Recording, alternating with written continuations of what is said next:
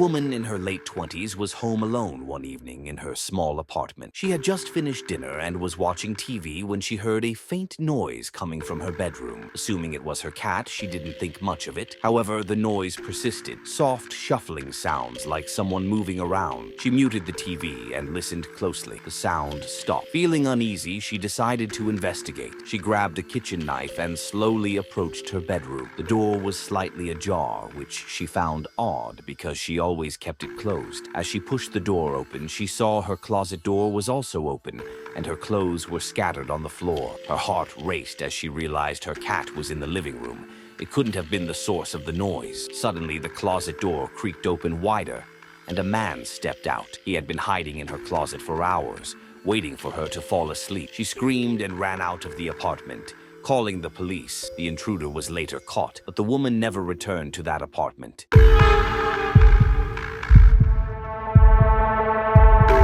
A man in his 30s was home alone late at night, working on his laptop in the living room. His house was quiet, and the only light came from his computer screen. As he typed, he felt a sudden chill and noticed movement out of the corner of his eye. He looked up and saw a dark, shadowy figure standing at the end of the hallway. At first, he thought it was a trick of the light, but the figure seemed to move closer. It had no distinct features, just a tall, black silhouette. Frozen in fear, he watched as the shadow slowly glided toward him. When it was just a few feet away, he slammed his laptop shut, plunging the room into darkness. He fumbled for his phone and turned on the flashlight, but the figure was gone. The man spent the rest of the night at a friend's house. He later learned that the previous owner of the house had died in the hallway under mysterious circumstances. He moved out shortly after.